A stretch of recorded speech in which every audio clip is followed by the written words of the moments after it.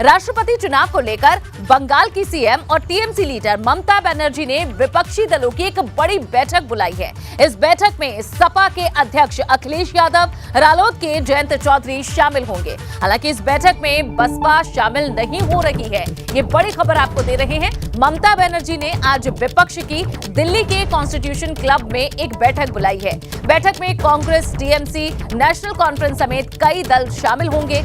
इस बैठक में राष्ट्रपति चुनाव के लिए विपक्ष की रणनीति तैयार होगी।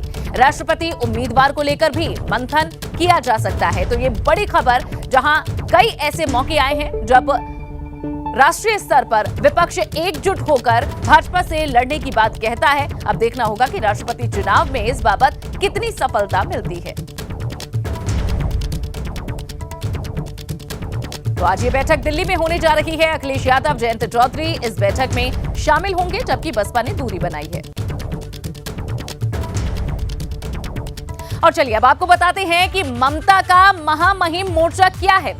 राष्ट्रपति चुनाव को लेकर ममता बनर्जी ने आज एक बैठक बुलाई है। ये बैठक दिल्ली के कॉन्स्टिट्यूशन क्लब में होगी। विपक्ष को एकजुट करने की कोशिश यहां ममता बनर्जी इससे कर रही हैं। कांग्रेस की तरफ से कुछ नेता इसमें शामिल हो सकते हैं, बड़े नेता इससे दूर रह सकते हैं। सपा अध्यक्ष अखिलेश यादव भी बैठक में शामिल होंगे। इनके अलावा रालोद अध्यक्ष जयंत चौधरी भी इस बैठक में पहुंचेंगे। हालांकि बसपा सुप्रीमो मायावती ने बैठक से किनारा किया है। दूसरे राज्यों के कई विपक्षी दल इस बैठक में शामिल होंगे। आपको बता दें कि 18 जुलाई को राष्ट्रपति पद के लिए चुनाव होगा और आज से नामांकन दाखिल किया जा सकता है। नामांकन की तारीख आज से शुरू हो रही है। 29 जून तक नामांकन किया जा सकेगा। अगर चुनाव हुए तो 21 जुलाई को काउंटिंग होगी। विपक्ष से उम्मीदवार नहीं आया तो चुनाव नहीं होगा, यानी कि निर्विरोध जो भी भाजपा के उम्मीदवार होंगे वो विजयी हो जाएंगे। तो ममता का ये पूरा महामहिम मोर्चा आपको दिखा रहे हैं, जहां दिल्ली में आज इसकी शुरुआत हो जाएगी। आज इसकी बैठक होगी और इस बैठक में क्या किसी नाम पर विचार होता है, किस पार्टी से वो हो सकता है और किस यहां जाति से या फिर किस रिलीजन से हो सकता है, ये भी अहम है। क्योंकि अभी तक जो देखा गया है, राष्ट्रपति जो भी बने हैं वो या तो किसी विशेष समुदाय के होते हैं या फिर किसी खास जाति से उनका प्रतिनिधित्व होता है, ताकि एक संदेश देने की कोशिश हो। ये अक्सर होता रहा है। लेकिन ये जो विपक्ष का मोर्चा खड़ा हो रहा है, ये किस नाम पर, किस तरह के समीकरण पर विचार करता है, कैसे ये भविष्य की राजनीति को दिशा देते हैं एक साथ मिलकर, इस पर सभी की निगाहें टिकी हुई हैं। तो राष्ट्रपति चुनाव को लेकर ममता बनर्जी ने एक मोर्चे का लगभग निर्माण कर लिया है। हालांकि अभी इसके लिए इंतजार करना होगा कि आज जो दिल्ली के कॉन्स्टिट्यूशन क्लब में बैठक होने जा रही है, उसमें किस किस पार्टी के कौन कौन से नेता पहुंचते हैं, इसका इंतजार किया जा रहा है। रामपुर उपचुनाव की जंग भी इस बार दिलचस्प होगी, क्योंकि रामपुर में इस बार आजम के खास आसिम राजा और घनश्याम लोधी के बीच लड़ाई है। और आज आसिम राजा के लिए आजम के परिवार के द्वारा प्रचार किया जाएगा। आज अब्दुल्ला आजम घर घर जाकर वोट मांगेंगे। सच मायनों में इस बार रामपुर में आजम खां की अग्नि परीक्षा है। भाजपा के घनश्याम सिंह लोधी से आसिम राजा की सीधी टक्कर है। वहीं आज मंत्री चौधरी भूपेंद्र सिंह भाजपा प्रत्याशी घनश्याम लोधी के लिए प्रचार करेंगे। 23 जून को रामपुर में उपचुनाव होना है। आजम खां के इस्तीफे के बाद ये सीट खाली हुई थी, जिसके बाद घनश्याम लोधी जहां चुनाव में उतरे और समाजवादी पार्टी की तरफ से आसिम राजा को उतारा गया है। इन दोनों के बीच में सीधी टक्कर है, सीधी लड़ाई है। 23 जून को वोटिंग होगी और 26 जून को इसके नतीजे आ जाएंगे, जहां आज दोनों प्रत्याशियों के पक्ष में उनकी पार्टी के बड़े नेता आज दिखेंगे चुनाव प्रचार करते हुए। अब्दुल्ला आजम स्वारटांडा सीट से विधायक हैं, आजम खां के बेटे हैं, वे भी आज प्रचार करेंगे आसिम राजा के लिए।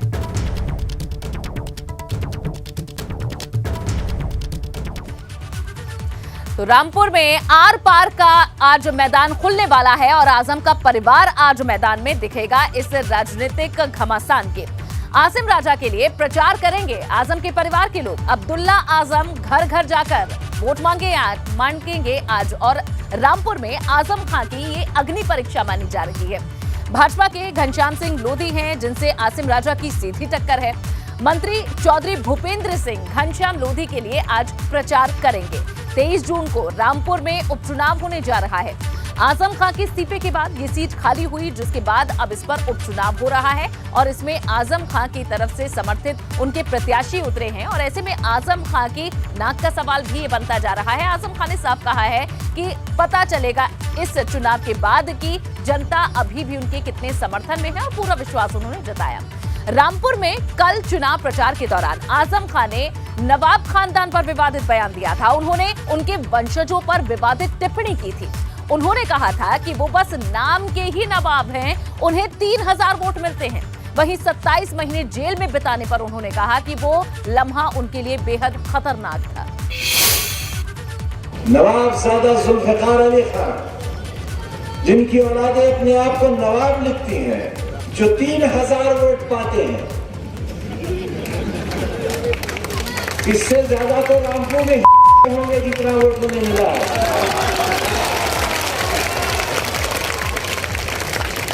तय होगा कि वोट भी नहीं मिला, मगर नवाब हैं। इसलिए नवाब है कि हामिद मंजिल में एक तरफ नाचने वाली नाचती थी और एक तरफ हमारा नवाब नाचता था। नाचने वाली बेहोश होकर गिर जाती थी, हमारा नवाब फिर भी नाचता था। वो शख्स जो हर सुबह से रात तक सैकड़ों और हजारों लोगों के बीच रहता हो, उसको एक तन्हा कोठरी में बंद कर दिया जाए और इंसानों से बहुत दूर कर दिया जाए, उसके लिए हर लम्हा मौत से ज्यादा खतरनाक है। और चलिए अब बढ़ते हैं आगे। यूपी की पुलिस बहुत जल्द हेलीकॉप्टर से लैस होगी। जी हां, योगी सरकार ने इसके लिए मेगा प्लान तैयार कर लिया है। विदेशों की तर्ज पर यूपी पुलिस के बेड़े में हेलीकॉप्टर शामिल होंगे। हिंसक भीड़, दंगाइयों से आसमान से यूपी पुलिस कंट्रोल कैसे करेगी, अब ये मदद करेंगे इसमें हेलीकॉप्टर्स। कुछ कंपनियों ने इसके संबंध में गृह विभाग को एक प्रेजेंटेशन दिया है। पर्यटन, पुलिसिंग और इमरजेंसी में हेलीकॉप्टर के उपयोग पर योगी सरकार विचार कर रही है। यूके डिफेंस एवं security expert, British high commission और एयरबस हेलीकॉप्टर के प्रतिनिधियों ने अपर मुख्य सचिव गृह अवनीश अवस्थी के सामने ये प्रेजेंटेशन दिया है, जिससे अब देखना होगा कि कितने हेलीकॉप्टर यहां पुलिस के बेड़े में शामिल कराए जाते हैं, किस तरह से उनका उपयोग होता है, कैसे यहां व्यवस्था को और बेहतर बनाने में इनकी भूमिका रहती है। तो यहां पुलिस को और भी ज्यादा सशक्त करने के लिए अब हेलीकॉप्टर्स दिए जाएंगे योगी सरकार की तरफ से, जहां यूपी पुलिस जल्द ही इनसे लैस हो जाएगी और इससे जहां कई परिस्थितियों में मदद मिलेगी पुलिस को बेहतर व्यवस्था लागू करने के लिए। यहां हिंसक भीड़ पर आसमान से नजर रखी जा सकेगी, दंगा करने वालों पर विशेष रूप से कार्रवाई हो सकती है। कई कंपनियों ने यहां गृह विभाग को ये प्रेजेंटेशन, इससे जो भी फायदे होंगे उससे संबंधित दिया है और अब देखना होगा कि कितनी जल्द ही यहां यूपी की पुलिस को ये हेलीकॉप्टर्स मिलते हैं।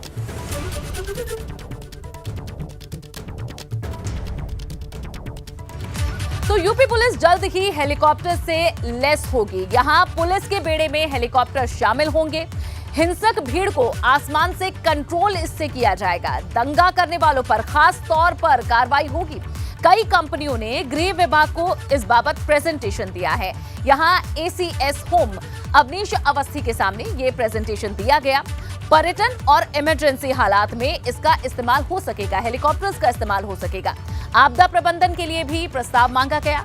यहां नक्सल एरिया की निगरानी के लिए भी इस्तेमाल इन हेलीकॉप्टर्स का किया जाएगा। तो काफी सारे इनके फायदे हो सकते हैं, ये प्रेजेंटेशन दिखा दिया गया है। और ऐसे में कितनी इन हेलीकॉप्टर्स की संख्या हो सकती है, कब तक ये पुलिस को दिए जा सकते हैं, इसके बारे में अभी धीरे धीरे जानकारी सामने आएगी। फिलहाल ये बड़ी खबर है कि यहाँ पुलिस को और भी ज्यादा सशक्त करने के लिए अलग अलग परिस्थितियों में इस पर विचार किया जा रहा है सरकार की तरफ से।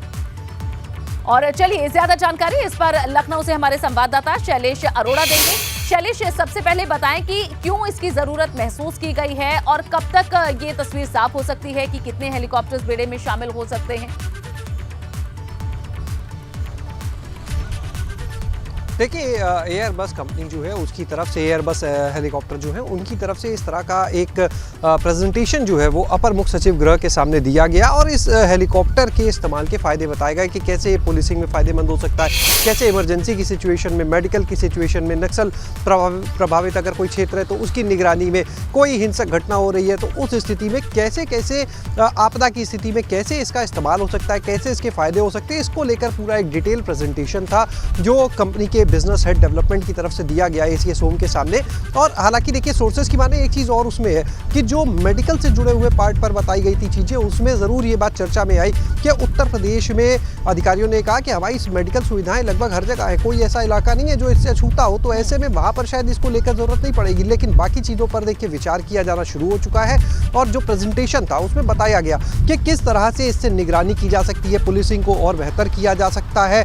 तो आपदा की स्थिति हो, जैसे अगर बात करें, देखिए राहत सामग्री कभी पहुंचानी पड़ती है, मान लीजिए बाढ़ की स्थिति आ गई, उस कंडीशन में अगर आपदा की स्थिति में राहत सामग्री पहुंचानी है तो वो किस तरह से मददगार हो सकता है। पुलिसिंग की अगर बात करें तो देखिए अभी हाल ही में जब लगातार 2 जुमे के बाद से जिस तरह के हालात बने, तो अब 17 को एक बार फिर से जो सरकार है, जो पुलिस प्रशासन है, पूरी तरह से अलर्ट है और बरेली प्रशासन ने तो बाकायदा शासन से 2 हेलीकॉप्टर की मांग भी करी है इस दिन के लिए। तो बहरहाल देखिए, अभी तो इस चीज़ को अमली जामा पहनाया जाना शुरू नहीं हुआ और ज़रूरत जो है वो पहले ही सामने आने लगी है। बरेली की तरफ से जैसे हमने बताया कि मांग उठी, तो कहीं ना कहीं अब इस पर देखिए विचार शुरू हो गया है। प्रेजेंटेशन के बाद अब इन चीज़ों को और अगले चरण पर देखा जाएगा कि कितनी इसकी उपयोगिता होगी और उसके हिसाब से आधुनिक करना देखिए मकसद है। पुलिस मुख्यालय के हम सामने मौजूद है, आप देखिए काफ़ी आलीशान ये बिल्डिंग अपने आप में आधुनिक जो है वो पुलिस होती जा रही है। लगातार तकनीक से पुलिस को जोड़ा जा रहा है, मुख्यमंत्री का इस पर जोर भी रहा है और ऐसे में देखिए अगर हेलीकॉप्टर की इस योजना को अमली जामा पहनाया जाता है तो निश्चित रूप से कह सकते हैं बहुत मददगार हो सकता है ये आने वाले समय में। बहुत मदद होगी और इससे किस तरह से लॉ एंड ऑर्डर को और बेहतर तरीके से प्रदेश में पेश किया जाता है ये भी देखना होगा। शुक्रिया जानकारी के लिए। बढ़ते हैं अब आगे। महाराष्ट्र सरकार के मंत्री आदित्य ठाकरे का आज दौरा होने वाला है अयोध्या का। आज वे अयोध्या पहुंचकर रामलला के दर्शन करेंगे और साथ ही साथ वे सरयू आरती में भी शामिल होंगे। लेकिन इन सबसे पहले वे अयोध्या में एक प्रेस कॉन्फ्रेंस भी करने वाले हैं। अगर आदित्य ठाकरे के अयोध्या दौरे की बात की जाए तो वे सुबह 11 बजे लखनऊ हवाई अड्डे पहुंचेंगे और उसके बाद से ही उनका ये दौरा शुरू हो जाएगा। 1:30 बजे अयोध्या पहुंचेंगे, इसके बाद वे 3:30 बजे एक प्रेस कॉन्फ्रेंस करेंगे, यानी आते ही सबसे पहले एक प्रेस कॉन्फ्रेंस की जाएगी। शाम 4:45 पर रामनगर के इस्कॉन मंदिर में पहुंचेंगे। 5:30 बजे रामलला के दर्शन करेंगे। 6:30 बजे वे सरयू आरती में शामिल होंगे और उसके बाद 7:30 बजे अयोध्या से लखनऊ के लिए रवाना हो जाएंगे। तो ये 1 दिवसीय ही दौरा उनका है। उद्धव ठाकरे जो कि महाराष्ट्र के मुख्यमंत्री हैं, उनके बेटे हैं आदित्य ठाकरे। इससे पहले जहां और भी महाराष्ट्र के कुछ नेता हैं जिनके दौरे को लेकर विवाद भी रहा है। उधर राम के धाम में शिवसैनिक पहुंच रहे हैं। आज अयोध्या आ रहे हैं आदित्य ठाकरे। शिवसेना का ये दावा है कि ये एक राजनीतिक यात्रा बिल्कुल नहीं है। सुबह 11 बजे लखनऊ पहुंचेंगे आदित्य ठाकरे और उसके बाद 1:30 बजे वे अयोध्या पहुंचेंगे। अयोध्या में एक प्रेस कॉन्फ्रेंस सबसे पहले वे करेंगे और उसके बाद इस्कॉन मंदिर में वे दर्शन भी करेंगे। 5:30 बजे रामलला के वे दर्शन करने जाएंगे और इसके बाद 6:30 बजे वे सरयू पर आरती में शामिल भी होंगे। सीएम बनने से पहले उद्धव ठाकरे भी अयोध्या आए थे और अब उनके बेटे आदित्य ठाकरे आ रहे हैं अयोध्या। यहां रामलला के दर्शन किए जाएंगे। और चलिए ज्यादा जानकारी दे देंगे हमारे संवाददाता अयोध्या से ऋषि गुप्ता हमारे साथ जुड़े हुए हैं। ऋषि, सबसे पहले ये बताएं कि ये साफ किया गया है शिवसेना की तरफ से कि ये जो पूरा दौरा है ये राजनीतिक दौरा नहीं है, तो ये किस तरह का दौरा है, कैसे इसे देखा जाए? इससे पहले राज ठाकरे भी अयोध्या आने वाले थे, तो क्या ये उसी का जवाब है? क्योंकि उस समय हमने पोस्टर देखे थे, कहा था कि नकली नहीं असली शिवसेना और असली राम भक्त अयोध्या आएंगे। इस तरह की पूरी कंट्रोवर्सी रही थी, तो अब कैसे देखें इस दौरे को? अरे बाबा तो हिमालय में है बाबा। जी, आपको बता दें कि आदित्य ठाकरे का आज अयोध्या दौरा है, जिसको लेकर अयोध्या के संत समाज ने भी मुखर हुए हैं। राजू दास ने साफ कहा है कि ये राजनीति का जो दौरा है ये राजनीतिक। हालांकि आदित्य ठाकरे साफ कह रहे हैं कि जो मेरा दौरा है ये राजनीतिक नहीं है, क्योंकि अयोध्या पूरी पोस्टर से पड़ गई है, जिसको लेकर के संत समाज ने कहा है कि आदित्य ठाकरे का यह दौरा राजनीतिक है। क्योंकि जब आदित्य ठाकरे को मंदिर दर्शन करना है तो वो अयोध्या मंदिर दर्शन करने आए, डुग्गी पीट के आने की कोई जरूरत नहीं है, ये संत समाज का कहना है। हालांकि जो दौरा है ये रामलला का दर्शन पूजन करेंगे, हनुमानगढ़ी जाएंगे, शरीफ आरती करेंगे, इस्कॉन मंदिर में जाएंगे, भोजन करेंगे, उसके बाद यहाँ से रवाना हो जाएंगे। हालांकि संत समाज नाराजगी व्यक्त इसलिए कर रहा है कि क्योंकि पूरे अयोध्या में आदित्य ठाकरे का पूरा पोस्टर लगा दिया गया है, जिसको लेकर के संत समाज नाराजगी व्यक्त की है। उन्होंने कहा है कि जब उनको अयोध्या आना है, रामलला का दर्शन पूजन करना है, हनुमानगढ़ी का दर्शन पूजन करना है, वो शांति से आए और राजनीति करने की कोई जरूरत नहीं है। अयोध्या में राजनीति नहीं की जाएगी। अयोध्या में ये भी देखना होगा कि वे अपने इस दौरे की शुरुआत से पहले जो प्रेस कॉन्फ्रेंस करने जा रहे हैं उसमें वो क्या कहते हैं। और आप लगातार इसी तरह नजर बनाए रखिएगा। शुक्रिया जानकारी के लिए। बढ़ते हैं आगे, बात करेंगे कानपुर हिंसा की। कानपुर हिंसा के चारों आरोपियों की दोबारा से रिमांड की मांग की गई है। रिमांड की मांग पर आज कोर्ट में सुनवाई होगी। हयात के बैंक खातों में करोड़ों के लेन देन के सबूत मिले हैं। यहां प्रतिबंधित संगठनों की तरफ से फंडिंग की भी बात सामने आई है। इन्हीं तर्कों के साथ अब पुलिस रिमांड के लिए दाखिल करेगी अपनी ये दाखिल जो अर्जी की गई है। इस पर देखना होगा कि कोर्ट क्या फैसला लेता है। तो हयात के बैंक खातों की भी जांच की जाएगी। हालांकि इससे पहले भी जो बवाल हुए हैं यहां जुमे की नमाज के बाद, उसमें पीएफआई का इन्वॉल्वमेंट भी सामने आया था। और अब देखना होगा कि जब ये खातों की जांच आगे बढ़ती है तो क्या कुछ इसमें निकल कर आता है। और इसी पर और गहन जांच के लिए दोबारा से रिमांड की मांग की गई है। रिमांड की मांग पर आज कोर्ट में सुनवाई होनी है। हयात जफर का बिल्डर हाजी वसी के साथ मिला है कनेक्शन। पुलिस का दावा है कि हाजी वसी है हयात का मुख्य फाइनेंसर। इस वक्त ये बड़ी खबर, मुख्य केस में हाजी वसी को आरोपी न बनाए जाने पर अब सवाल उठ रहे हैं। पुलिस का दावा है कि हाजी वसी के खिलाफ जुटा रहे हैं वे सबूत। 2 दिन पहले ही चमनगंज थाने में अवैध निर्माण को लेकर 4 मुकदमे दर्ज हुए थे। और अब इस मामले में ये बड़ी खबर आपको दे रहे हैं कानपुर से, जहां हयात जफर का बिल्डर हाजी वसी के साथ कनेक्शन सामने आया है। और पुलिस का दावा है कि हाजी वसी हयात का मुख्य फाइनेंसर है। मुख्य केस में हाजी वसी को आरोपी न बनाए जाने को लेकर अब सवाल भी उठ रहे हैं कि जब इस तरह का कनेक्शन सामने आया है तो आखिर इसे आरोपी क्यों नहीं बनाया गया। हालांकि इस पर पुलिस का दावा है कि हाजी वसी के खिलाफ सबूत पहले जुटाए जा रहे हैं। आपको बता दें कि 2 दिन पहले चमनगंज थाने में अवैध निर्माण को लेकर 4 मुकदमे दर्ज हुए थे। और इससे पहले जानकारी ये भी मिली थी कि हयात जफर जिस तरह से इस पूरे षड्यंत्र में शामिल है, मुख्य आरोपी इसे बताया जा रहा है। ऐसे में किसी बिरयानी वाले दुकान का जो मालिक है उसे फाइनेंसर बताया गया। और अब ये एक बड़ा अपडेट इस मामले में आपको दे रहे हैं। और चलिए आप खबर देते हैं बस्ती से, जहां गौ तस्करों से पुलिस की मुठभेड़ हो गई है, जिसके बाद पुलिस ने 3 गौ तस्करों को गिरफ्तार भी कर लिया है। इसमें पुलिस की गोली लगने से एक तस्कर घायल हुआ है। कुशीनगर के रहने वाले तीनों तस्कर बताए जा रहे हैं। इनके पास से एक पिकअप वैन और मवेशी भी बरामद हुए हैं।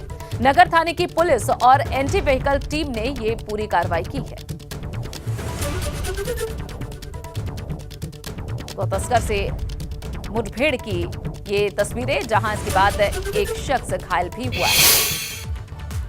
हत्या की कोशिश में वांछित अपराधी को लखनऊ पुलिस ने मुठभेड़ के दौरान गिरफ्तार कर लिया। पुलिस ने आरोपी के पांव में गोली मारी और उसे गिरफ्तार कर लिया। आरोपी के कब्जे से एक तमंचा, बाइक, खोखा और 3 जिंदा कारतूस बरामद किए गए। बता दें कि इस बदमाश की तलाश पुलिस को 1 महीने से थी, लेकिन पुलिस ने इसे गिरफ्तार करने में अब कामयाबी हासिल कर ली है। हम लोग की टीम लगी हुई थी चेकिंग में, और ये हनुमत नगर रोड से घेला की तरफ जाने वाली रोड पे एक बदमाश था जो कि बाइक से था। और टीम ने जब उसको रोका, उसकी हरकतें कुछ संदिग्ध लगी तो उसने रुकने से मना किया और उसने अपनी तरफ से फायरिंग की, जिसमें जवाबी फायरिंग हमारी टीम के द्वारा की गई, जिसकी वजह से बदमाश के पैर में एक गोली लगी है। मौके से हम लोगों को एक अदद तमंचा, 15 बोर, एक बाइक, 2 खोखा और 3 जिंदा कारतूस मिले हैं। नोएडा में भी बदमाशों से पुलिस की मुठभेड़ हो गई। यहां पुलिस ने 2 गौ तस्करों को मुठभेड़ के दौरान जब एक घायल हो गए, इन्हें गिरफ्तार कर लिया। नोएडा सेक्टर जहां 68 के पास चेकिंग के दौरान की ये खबर है।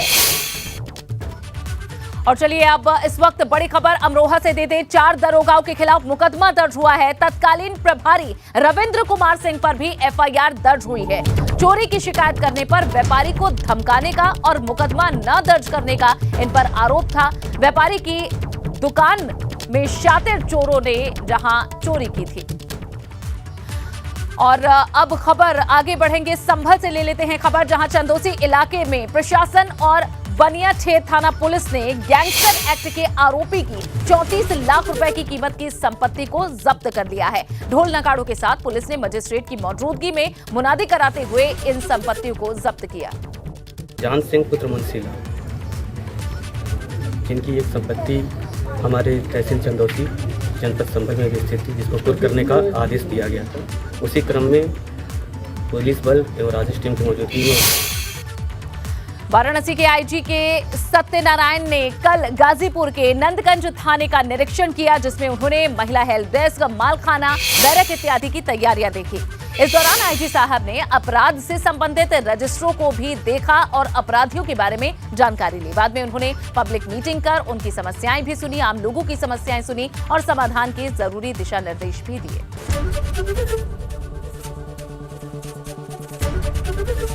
एबीपी गंगा, खबर आपकी, जुबान आपकी।